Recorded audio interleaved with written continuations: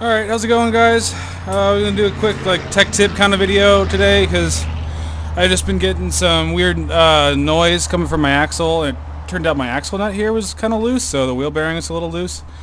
But I did notice that one of my axle boots down in there is popped. So we're just gonna be showing you guys how to change an axle boot. So if you have OEM axles, it's worth it to just change the boots rather than getting all new axles, especially if they're not, making a bunch of noise. So I got this boot, replacement boot from Subaru. That's the part number there, because these are for a WRX. So the most expensive part of all this is actually the grease, which I should have some grease around here somewhere. So alright, so first thing we got to do is get the axle out. So if you guys haven't done this before, the easiest way to do it is just take this ball joint bolt out right there, take the pin out of the axle, and you can just pop this whole thing off the ball joint and pull the axle out.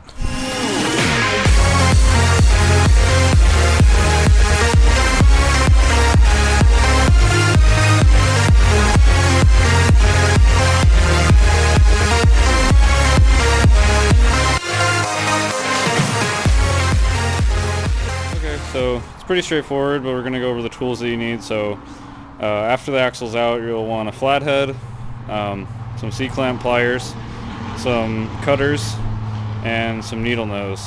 And then we've got the small clamp, the big clamp, and this is the OEM grease for the axle boot. They say to use the entire tube, but I always find that it's a little too much.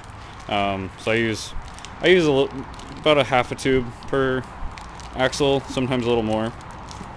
But yeah, so we got the axle on the vise, and I'm just going to cut these metal bands, and once this is back, I'll show you how to get the C-clip off to get this off. So with the boot back, it's hard to see because of the grease, but right here there's a C-clip, and that just comes off, and then this will slide off. We'll clean that out. And these come straight off, and they have to go back on the way they were. So I just set them like that, just face down. And then I'll take the C-clip off, and then right here, there's another C-clip. I'm going to clean the grease off. We'll take that C-clip off with our C-clip pliers. This part will slide off, and then we can change the boot.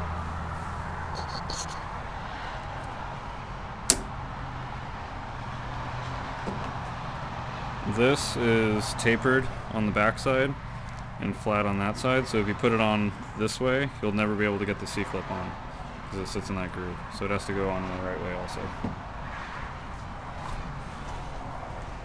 There we go.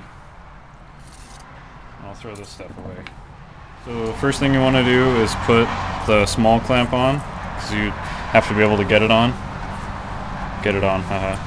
And then put the boot on. Up to there, it just has this groove that it sits in,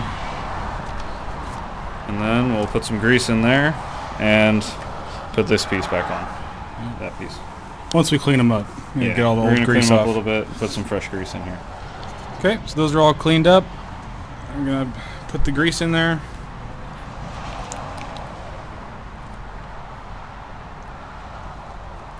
Basically pack it full. Kind of like that. And then put the tapered side in, like that.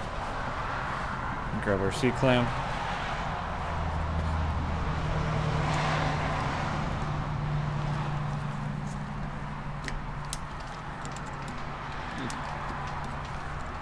Just like that.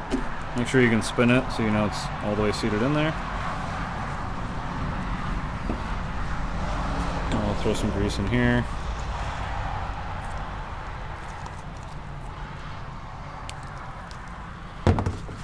These have to sit on there that way, because if you try and put them on upside down, they won't really go on all the way. So like that. And then I usually use some of the grease to kind of hold them on. At least try to.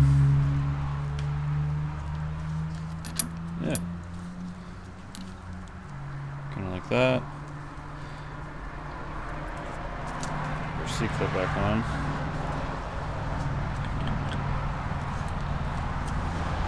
This part's kind of tricky, and there's not a good way to show you.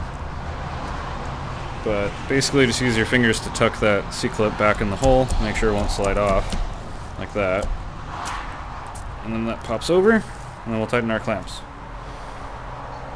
There's a trick to doing these. There's a special tool made for it, but you don't actually need it. We don't have it, so I'm just going to tighten that up by hand, and then I'm going to trim it about there. And then you take needle nose, pinch the end of it, and roll it. Like that. Grab your flathead. It's kind of tricky to do two-handed, but put it here. So as you roll it, you're tightening it. Get it nice and tight. Like that, and then fold it over. Like that. And then I'll get a hammer and punch, and I'll hammer that down.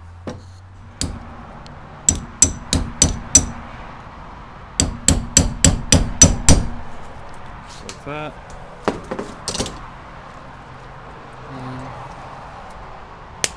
Trim it, and you're done. So now I'll just do the same thing for the small clamp. Get it in the groove.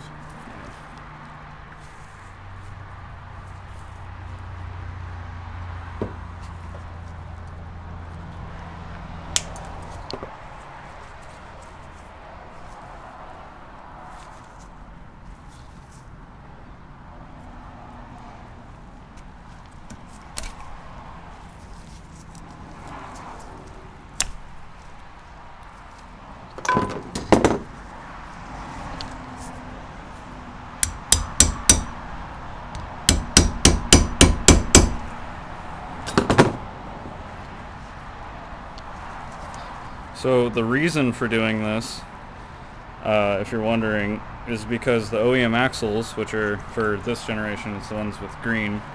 Not all of them are green. Some of the newer ones are silver. But the OEM axles last way, way longer and are way stronger than most aftermarket axles.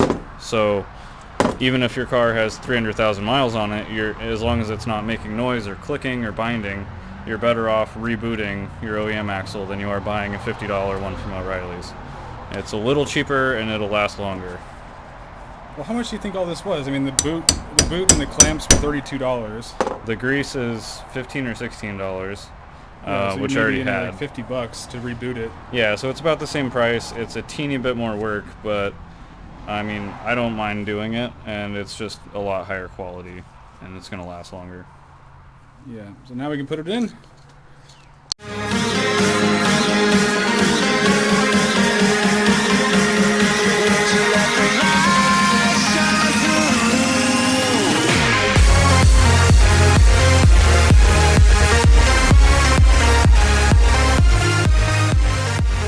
All right, so we torqued this down to 150 foot-pounds, and I went a little bit past it because I really don't want this to come off again. Because I'm pretty sure that was my noise this whole time. So we got the pin knocked into the top, as you saw.